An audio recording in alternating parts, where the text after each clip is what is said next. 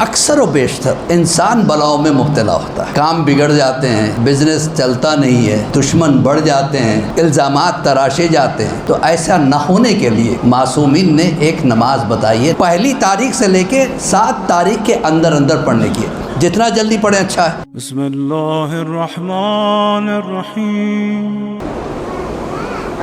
کہ یہ مجلس اعزا ہر کسی کے نصیب میں نہیں ہوتی،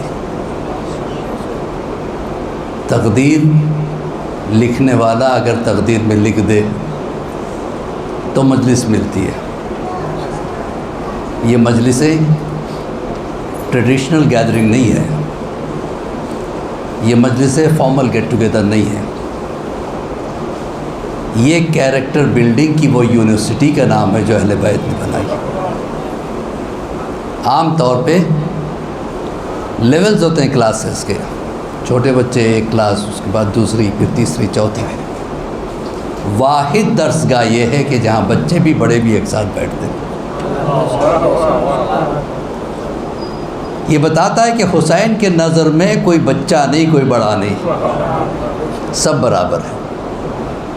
کون امام کے کتنے قریب آ جائے کسے پتہ، اس لیے کہا گیا کہ امام کو پہچانو۔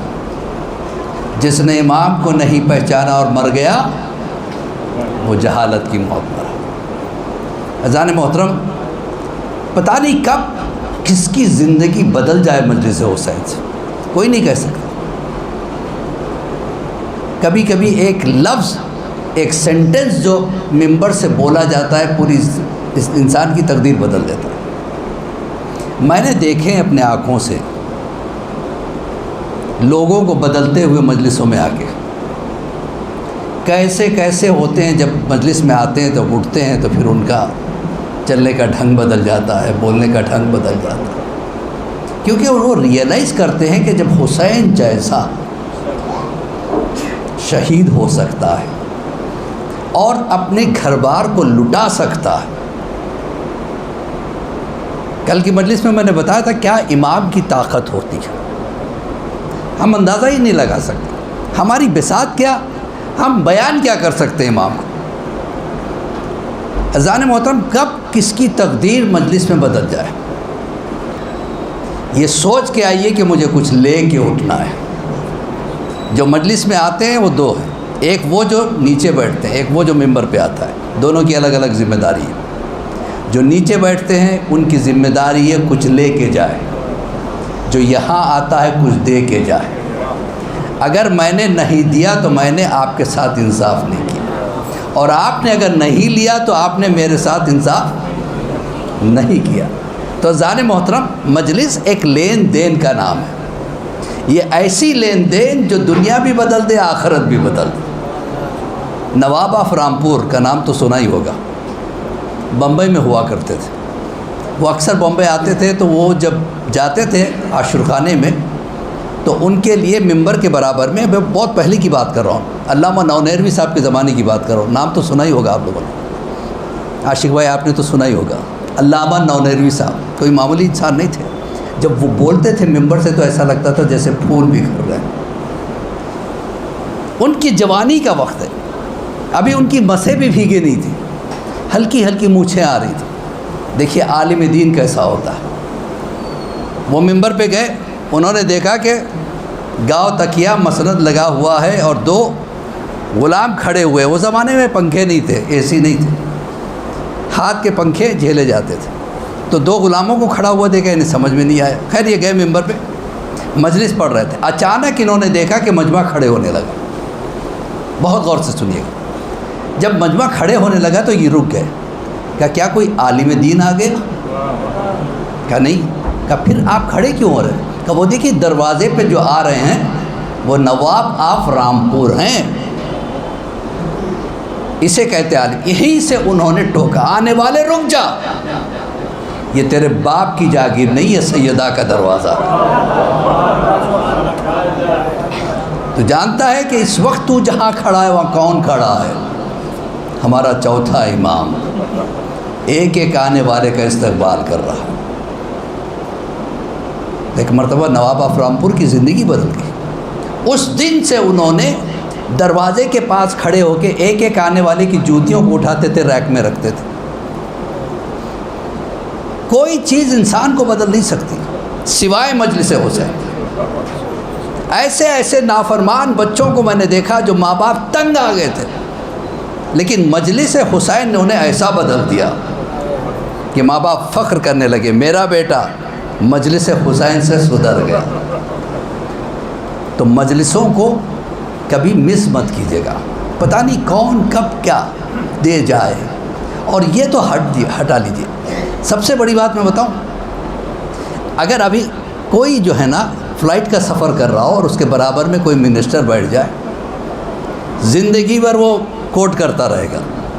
ایک ایسا سفر بھی تھا کہ میرے برابر میں فلاں منسٹر بیٹھا تھا، ایک گنہگار منسٹر، جھوٹا منسٹر، جھوٹ بولنے والا منسٹر، دھوکے دینے والا منسٹر اگر برابر میں آ کے بیٹھ جائے تو زندگی بھر آپ کوٹ کرتے ہیں۔ آپ نہیں جانتے کہ آپ کے برابر میں کون بیٹھا ہے۔ ہم نہیں جانتے کہاں علی بیٹھے ہیں، کہاں حسن بیٹھے ہیں، کہاں حسین بیٹھے ہوئے ہیں، کہاں آدم بیٹھے ہیں، کہاں نوح بیٹھے ہیں۔ امام فرماتے ہیں چھٹے سرکار کہ اگر ہماری نورانی آنکھیں کھل جائے اور ہم دیکھ سکے کہ مجلس میں آنے والے کون کون ہیں تو حیرت سے انسان مر جائے۔ رضان محترم، مجلسوں کا احترام ضروری ہے۔ احترام کیا مطلب؟ پابندی وقت۔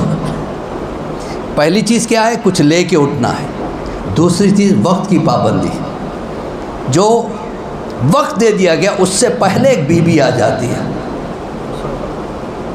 جب وہ بی بی وہاں آ جاتی ہے تو جب دیکھتی ہے کہ امام باڑہ خالی ہے تو دوسری ننھی سی بچی آتی ہے، آ کے پوچھتی ہے، دادی ماں ہم نے تو یہ سنا یہاں پہ حسین کے چاہنے والے آئیں گے، ابھی کوئی آیا نہیں، کہ ابھی آئیں گے بیٹا۔ ایک ایک آتا ہے، چھوٹی سی بچی جاتی ہے، اماں آپ اس کے بارے میں دعا کر دیجیے، اماں آپ اس کے بارے میں دعا کر دیجیے، اماں آپ اس کے۔ تو کب کس کی دعا کس کو لگ جائے، کسے زہرا کی دعا مل جائے، کسے زینب کی دعا مل جائے۔ اذان محترم، مجلس حسین بہت بڑی نعمت کا نام ہے۔ فخر کر سکتے ہیں ہم، پوری کائنات میں اگر کسی قوم کو اللہ نے وہ نعمت دی ہے تو وہ ہم ہیں۔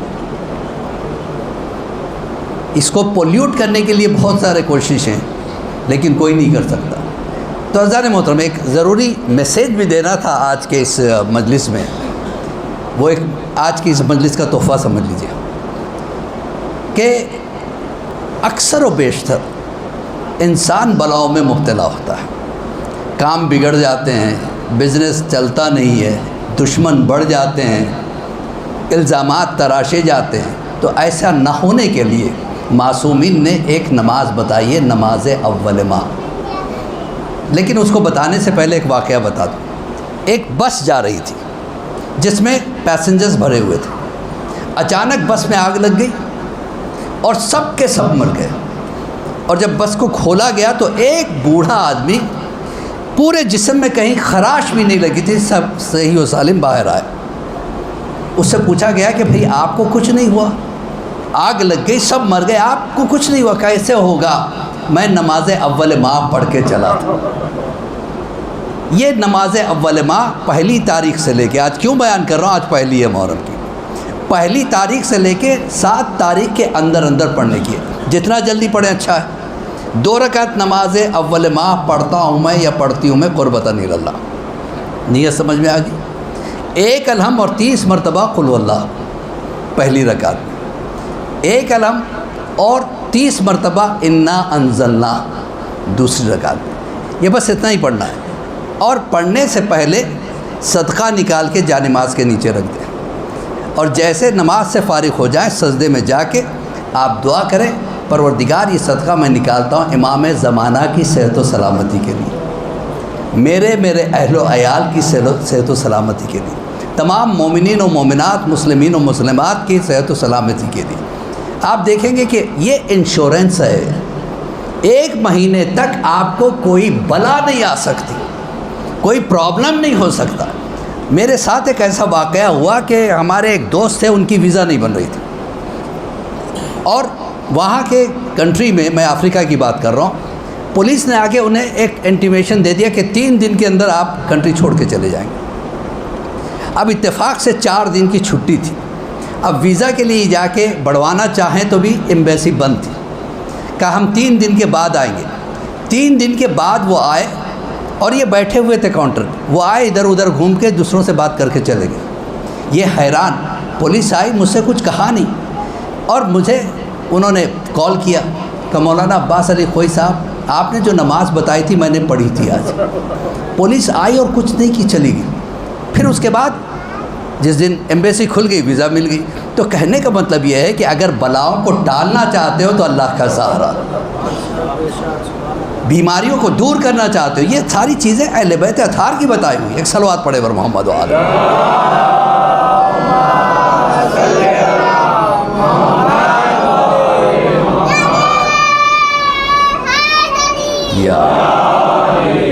تو عزیزان محترم، یاد رکھیے گا اہل بیت اطہار کا ذکر ہی ہے جو ہمارے لیے سب کچھ ہے، ان کی محبت ہمارے لیے سب کچھ ہے۔ اسی لیے کہا گیا من مات ولم یعرف امام زمانے، جو مر گیا اور اپنے زمانے کے امام کو نہیں پہچانا، نہیں مانا نہیں کہا، نہیں جانا نہیں کہا، نہیں پہچانا، جہالت کی موت مرا۔ امام کو اٹیچ ہونے کی ضرورت ہے، امام کے ساتھ کنیکٹڈ ہونے کی ضرورت ہے۔ کنیکٹڈ سمجھتے ہیں آپ؟ ہم اور آپ کس چیز سے کنیکٹڈ ہیں بتائیے؟ سب سے زیادہ موبائل سے۔ ہر وقت موبائل ہاتھ میں ہے۔ ہم نہیں جانتے کتنا وقت ہمارا ضائع ہو جاتا رینڈملی پروگرامز دیکھتے ہوئے۔ وقت کی بڑی قیمت ہے، گیا وقت کبھی واپس نہیں آ سکتا۔ ہم اتنے زیادہ کنیکٹڈ ہیں کہ بار بار ہر 10 منٹ میں نکالتے ہیں، دیکھتے ہیں، اور میسیجز کبھی میلز، کبھی پروگرامز، کبھی نیوز، کبھی کچھ، کتنا آکوپائی رکھتا ہے موبائل۔ سوتے بھی ہیں تو جب بھی رات نیند ہوشیار ہوتی ہے ڈھونڈ کے دیکھتے ہیں کوئی میسیج تو نہیں آیا۔ کاش ہم اتنا کنیکٹڈ قرآن سے ہوتے، کاش ہم اتنے کنیکٹڈ امام زمانہ سے ہوتے۔ اگر امام کے ساتھ کوئی کنیکٹڈ ہو جائے تو اس کا کردار الگ ہو جاتا ہے، اس کی شخصیت بدل جاتی ہے۔ ایک امام کا چاہنے والا ہر وقت پکارتا تھا، مولا بہت غریب ہوں، مولا بہت غریب ہوں، مولا مجھے دولت چاہیے، مولا مجھے دولت چاہیے۔ اتنی غربت، اس کے 10 بچے تھے، 5 بیٹے 5 بیٹیاں، اور پھر بیوی، ماں، اور یہ ملا کے 13 افراد۔ کیسے چل رہا تھا وہ تو پریشان، کہیں جاتا کولی نالی کرتا، کبھی کبھی 2-2 3-3 دن تک کھانے کے لیے کچھ نہیں ہوتا۔ ایک مرتبہ اس کی وائف نے کہا کہ دیکھو اب تم بوڑھے ہو گئے، بچے بھوکے ہیں، کچھ نہ کچھ کر کے لاؤ، ورنہ آج اگر بچوں کو کھانا نہیں دیا جائے گا تو بچے مر جائیں گے۔ بیچارہ باہر نکلا، چلچلاتی دھوپ میں مزدوری تلاش کرتے کرتے ایک جگہ گیا، اس کے بعد ایسی دھوپ تھی کہ غش کھا کے گر گیا۔ جب ہوش آیا تو اس کے پیر میں کوئی نرم نرم سی چیز لگی، سوچا شاید سانپ ہے، کہا میں پیر نہیں ہٹاؤں گا، اچھا ہے مجھے ڈس لے، ایسی زندگی سے مر جانا بہتر ہے۔ لیکن پھر ذہن میں خیال ہے اگر میں مر گیا تو میرے بچوں کا کیا ہوگا، میرے بیٹیوں کا کیا ہوگا، میرے بیٹوں کا کیا، میری بیوی کا کیا ہوگا، اور میرا امام مجھ سے ناراض نہ ہو جائے، میرا امام مجھ سے ناراض نہ ہو جائے۔ پھر ایک مرتبہ پیر ہلایا، پھر وہ نرم چیز لگی، اٹھ کے بیٹھا، دیکھا ایک کپڑا نظر آ رہا ہے، اس کپڑے کو کھینچا تو ایک تھیلی نکلی، تھیلی کو کھولا تو اس میں 1000 اشرفیاں تھیں، 1000 اشرفیاں۔ خوش ہو گیا، مولا کیا یہ مجھے آپ نے دیا؟ پھر خیال آیا شاید کسی کی گر گئی ہوگی، شاید اس کے اوپر دھول مٹی چڑھ گئی ہوگی، مجھے پہلے اس کے مالک کو دیکھیے، جو امام کا چاہنے والا ہوتا ہے، امام کے چاہنے والے دھوکے باز نہیں ہوتے، امام کے چاہنے والے الزام تراش نہیں ہوتے، ایسے ہوتے کہ جن کو دیکھ کے پتہ چل جائے کہ امام کا چاہنے والا۔ ایک مرتبہ سوچا مجھے پہلے اس کے مالک کو تلاش کرنا ہے۔ اب یہ کیا سیدھے گھر آیا اور اس بڑھیا کو چھپانے لگا۔ بیوی نے کہا کیا بات ہے؟ تو پورا واقعہ بیان کیا۔ بیوی نے کہا اس میں تمہاری کیا ہے، یہ اللہ کی دی ہوئی دولت ہے، تم دعا مانگتے ہو ہر وقت یا امام کہتے ہیں، امام نے دیا ہے؟ کہا نہیں، پہلے مجھے تلاش کر کے مطمئن ہو جا رہے ہیں، تو ورنہ یہ اب تک جو میں نے حلال کمایا تھا وہ ایک حرام کی وجہ سے میں جہنم میں چلا جاؤں گا، اور کیسے میں امام زمانہ کو منہ دکھاؤں؟ کہ اچھی بات ہے تلاش کرو۔ مسجد میں آیا، اتفاق سے مسجد میں ایک اجنبی آیا، اس نے کہا کہ بھائی دیکھو میری 1000 اشرفیوں کی تھیلی کھو گئی ہے، اگر کسی کو مل گئی ہے تو دے دو۔ یہ کھڑا ہوا، اس نے کہا کہ آپ یہ بھی اعلان کر دو اگر کوئی دے دے اسے انعام دیا جائے گا۔ بات سمجھ میں آ رہی؟ اسے انعام، کیونکہ اس کے پاس تھی تھیلی، سوچا کہ انعام ملے گا تو حلال کمائی ہوگی اور اس کی امانت اسے بھی مل جائے گی، مجھے بھی کچھ مل جائے گا۔ کہا انعام کتنا ہونا چاہیے؟ کہا 1000 کا 10واں حصہ، یعنی 100 اشرفیہ تو ہونی چاہیے نا۔ کہا ہرگز نہیں، اتنی نہیں دے سکتا۔ پھر یہ واپس چلا گیا۔ دوسرے دن پھر مسجد پہنچا، پھر وہی آیا، پھر وہی اعلان کیا، پھر یہ کھڑا ہوا، کیا انعام کا کیا ہوا؟ کیا کتنا ہونا چاہیے؟ کہا چلو 100 نہیں دے سکتے، 50 اشرفیہ دے دو۔ کہا نہیں اتنا بھی نہیں دے، میں اللہ پہ چھوڑتا۔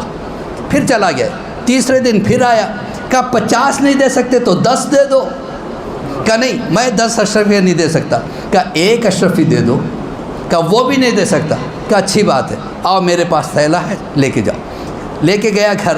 اب اس آدمی نے آ کے دیکھا بالکل ٹوٹی پھوٹی خستہ حالت پہ ایک جھوپڑی جس میں پھٹے پرانے کپڑے پہنے ہوئے اس کے چھوٹے چھوٹے بچے ہیں، بیوی ہے، اور حالت ایسی ہے کہ بھوک کے مارے ان کی گال کی ہڈیاں نظر آ رہی۔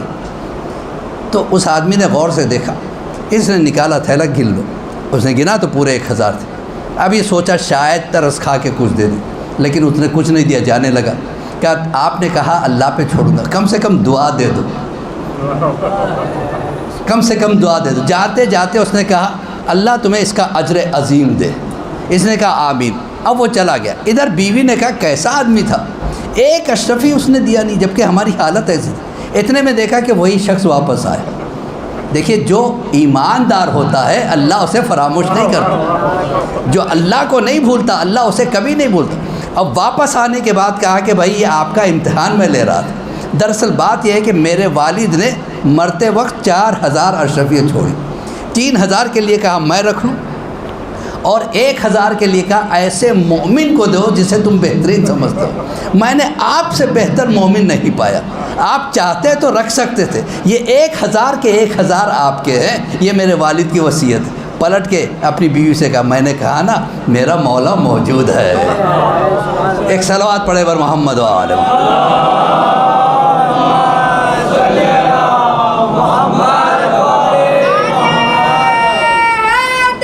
یا جو کنیکٹڈ ہوتا ہے امام سے اس کے سوچنے کا ڈھنگ بدل جاتا ہے، اس میں عجیب طاقتیں آ جاتی ہیں۔ ایک موچی ہوا کرتا تھا مشہد میں، مشہد کہاں؟ ایران۔ مشہد میں موچی ہوا کرتا تھا، وہ ہر وقت اٹھتے بیٹھتے یا صاحب الزمان یا صاحب الزمان۔ ہر ایک کو چاہیے کہ یہ طریقہ اپنائے۔ اٹھتے ہوئے اگر آپ کہہ دیں گے یا مولا، بیٹھتے ہوئے کہہ دیں گے یا مولا، کیا فرق پڑ جاتا ہے؟ لیکن اس سے ایک چیز ثابت ہوتی ہے، آپ کا کنیکشن امام سے جڑنے لگتا ہے، ورنہ ہم گنہگار وہ معصوم۔ کیسے کنیکشن ملا؟ امام اس کو کبھی نہیں بھولتے جو امام کو پکارتا، جیسے اللہ کبھی اس کو نہیں بھلاتا جو اللہ کو پکارتا ہو، رسول کبھی اس کو نہیں بلاتے جو رسول کو پکارتا ہو، علی کبھی اسے نہیں بلاتے جو یا علی کرتا ہو۔ تو اذان محترم ایک صلوات پڑھے بر محمد و آل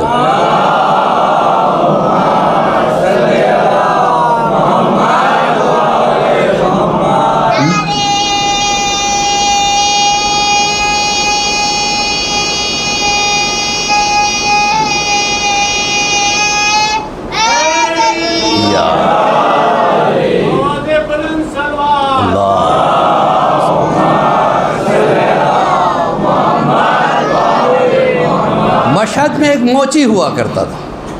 موچی سمجھتے ہیں نا، جو جوتوں کا کام کرتا ہے۔ کیا حیثیت ہوتی ہے اس کی؟ روزمرہ جو کماتا ہے کھاتا ہے۔ امام سٹیٹس کو نہیں دیکھتے، امام یہ نہیں دیکھتے کہ کون غریب ہے کون امیر ہے، امام یہ دیکھتے کس کے دل میں کتنا ہوں۔ اب وہ موچی کو کچھ عجیب طاقتیں آ گئی تھیں، پڑھا لکھا نہیں تھا، اس زمانے میں کیلنڈرز نہیں ہوا کرتے تھے۔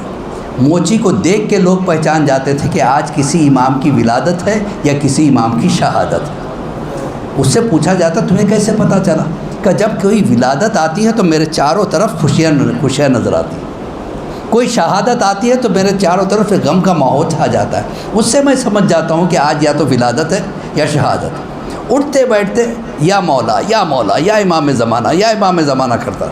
تو اس کو اللہ نے وہ طاقت دی کہ وہ صبح کی نماز قم میں پڑھتا، ظہر کی نماز مشہد میں پڑھتا، عصر کی نماز نجف میں پڑھتا، مغرب کی نماز کربلا میں پڑھتا، عشاء کی نماز کاظمین. کتنا فاصلہ ہے، کتنا فاصلہ. تو علماء سے جب پوچھا گیا تو علماء نے کہا کہ یہ طاقت امام ہی دے سکتے ہیں. اگر یہ طاقت کسی کو مل جائے، وہ تصور کرے کہ مجھے مدینہ جانا ہے، ایک قدم ڈالے گا مدینہ پہنچے گا.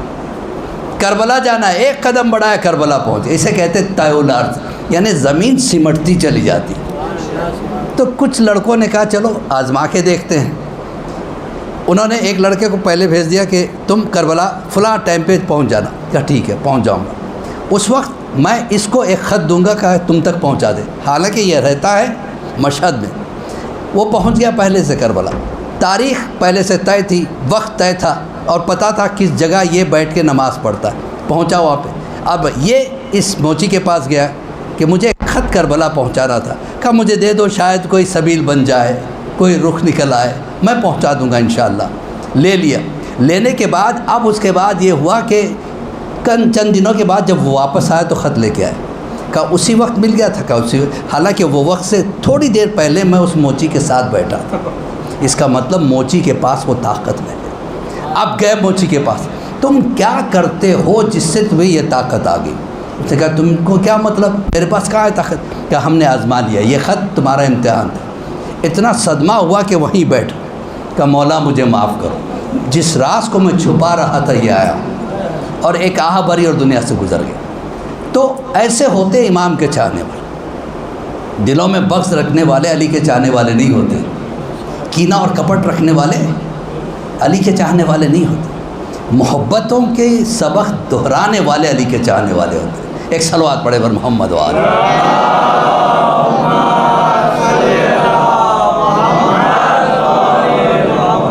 صرف ان کی عظمتوں کو کم کرنے کے لیے، ارے وہ تو ہم جیسے ہیں، ہم جیسے ہیں. توجہ رکھیے گا، زمین ایک جیسی نہیں ہوتی. کہیں کی بنجر ہوتی ہے، کہیں کی یعنی سرسبز ہوتی ہے، کہیں کی ویران ہوتی ہے، کہیں پہاڑی ہوتی ہے. تو زمین ایک جیسی نہیں، پانی ایک جیسا نہیں، آسمان ایک جیسے نہیں، آفتاب ایک جیسے نہیں، مہتاب ایک جیسے. ہر جگہ الگ الگ آفتاب ہے. ہر جگہ، ہر دنیا نے، اللہ نے کئی دنیایں بنائی، ہر دنیا کے آفتاب الگ ہے، مہتاب الگ ہے. تو اب بتائیے جناب آدم کے دو بیٹے ایک جیسے نہیں، تو ہم اور یہ ایک جیسے. چھٹے امام دیکھیں ہم میں اور ان میں کیا فرق ہے.